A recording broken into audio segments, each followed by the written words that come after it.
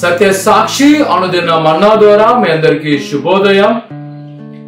నేటి యొక్క వాగ్దానము కీర్తన 32వ వచనం. యెహోవా నా దేవా, నేను నీకు మొరపెట్టగా నీవు నన్ను స్వస్థపరిచితివి.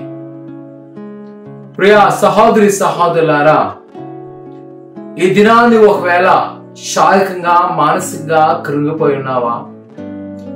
ప్రభువైన యేసు క్రీస్తు యొక్క స్వస్థ కొరకు వేచినావా? దేవుని యొక్క వాక్యం చెప్తుంది.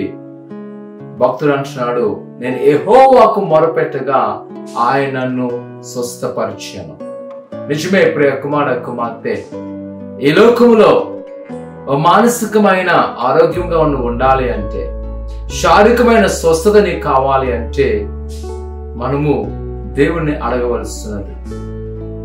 కొన్ని వాటికి ఈ లోక మెడిసిన్, దేవునిచ్చిన మెడిసిన్ జ్ఞానం ద్వారా స్వస్తున్నట్లయితే, అపవాది కల్పించే ఒక బలహీనతలకు, అంధకార శక్తుల వల్ల వచ్చే వ్యాధులకు దేని వల్ల మనకు స్వస్థత రాదు, నజరైన యేసు యొక్క రక్తం వల్ల మాత్రం.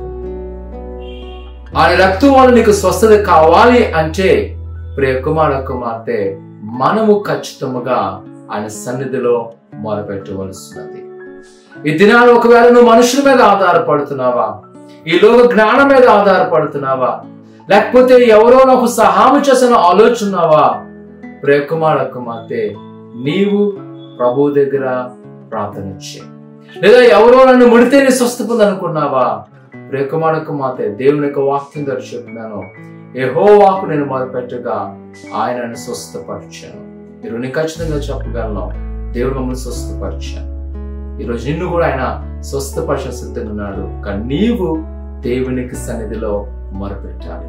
ఆయన మొరపెట్టి అడిగినట్లయితే ఆయన మనవి ఆలకించి తప్పనిసరిగా మన పట్ల గొప్ప కార్యం చేయాలి. ప్రార్థన చేస్తున్నా. పరిశుద్ధుడా దేవానికి ఉన్నారు మీ బిడ్డలైన వారు మీరు జ్ఞాపకం చేసుకోండి, మీరు ధైర్యపరచండి, బలపరచండి, స్థిరపరచండి. నీ హస్తాల్లో వారిని భద్రపరచుకోబడుతున్న దేవానికి ఉన్నారు. నీ కృపాక్షమతో నింపబడుతున్న దేవానికి ఉన్నారు. ప్రభా, నువ్వు మాత్రమే నీ బిడ్డలు స్వస్థపరచడానికి విశ్వాసంతో వారి సహాయం చేయమని, నీ ప్రతి మేలు వారికి దయచేయమని యేసునామమున తండ్రి, ఆమేన్. ప్రభువైన యేసుక్రీస్తుని నమ్మకించి ప్రార్థన చేయండి. ఆయనకు సంపూర్ణ స్వస్థత ఇచ్చును గాక. ఆమేన్.